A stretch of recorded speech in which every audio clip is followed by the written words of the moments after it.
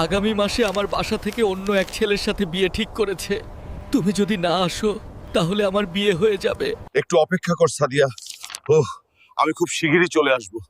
আগামী সপ্তাহে আমি ছুটি পেয়েছি। আমি আসবো সাদিয়া।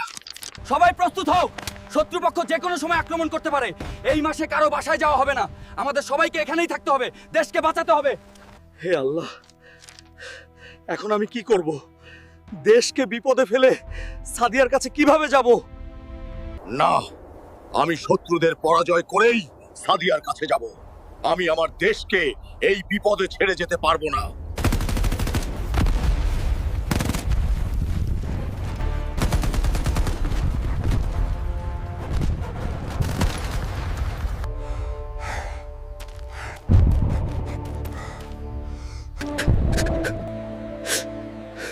আমাকে মাফ করে দিও সাদিয়া, আমি আসতে অনেক দেরি করে ফেলেছি। বন্ধুরা, দেশ বাঁচাতে গিয়ে আমি আমার ভালোবাসার মানুষকে হারিয়ে ফেললাম। তোমরা কি একটু ভিডিওতে লাইক আর চ্যানেল সাবস্ক্রাইব করে আমাকে হাসাতে পারবে না বন্ধুরা?